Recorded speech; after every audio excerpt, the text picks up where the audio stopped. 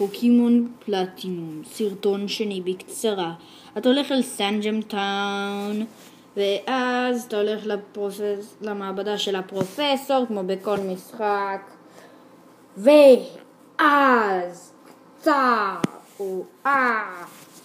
הולכים, כאילו דון מראה לך את כל הדברים, ואז אתה הולך לעשב הגבוה, ואז דון אומרת בלה בלה בלה בלה, אתה צריך לבקש אישור מאמא שלך, אתה הולך לאמא שלך, אתה מדבר איתה, היא מרפא לך את הזה, בלה בלה בלה בלה, מביא לך איזה משהו, אתה הולך לדון, היא מראה לך איך לתפוס פוקימונים, ואז אתה נלחם נגד 3 מאמנים, לאחד מהם יש סטארלי רמה 5, לאחד מהם יש 2 בידופים רמה 3, ולאחד מהם יש איזה עוד משהו ששכחתי, רמה 5 אם אני לא טועה, ואז אתה מגיע לעיר ששכחתי את שמה, שדומה לבאר שבע.